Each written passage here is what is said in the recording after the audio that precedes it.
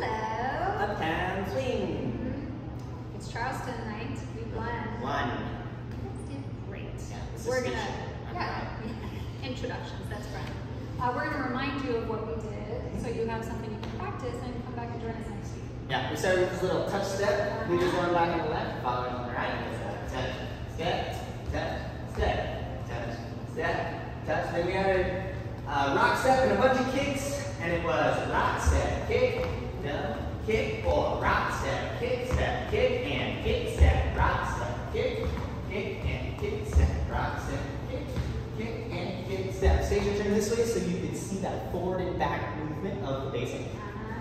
We had some people in class saying like, well, what about my arms? We were talking about if you start on the one with the arms in the right way, then you're pretty good.